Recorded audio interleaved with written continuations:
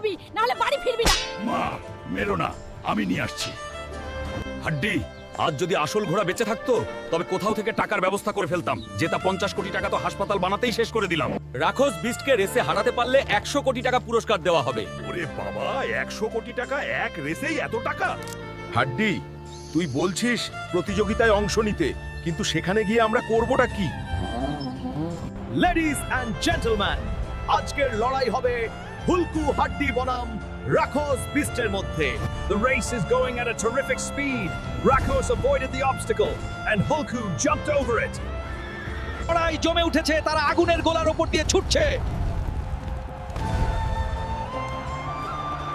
The race is running at a great speed.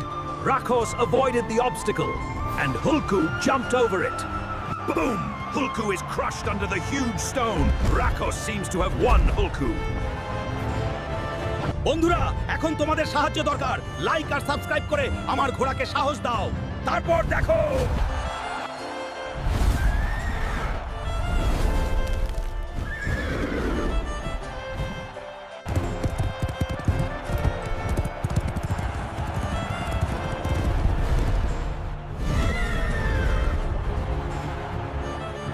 এই নাও হুলকু, তোমার জেতা 100 কোটি টাকা। এই নাও ম্যানেজার, 100 কোটি টাকা, আর আমাকে এই পোটলা ভরে সোনার হার দিয়ে দাও। এই নাও মা, তোমার 100 কোটির সোনার হার। এবার তো খুশি? এখন অন্তত মেরো না। ঠিক আছে হুলকু বেটা, এখন আর মারবো না।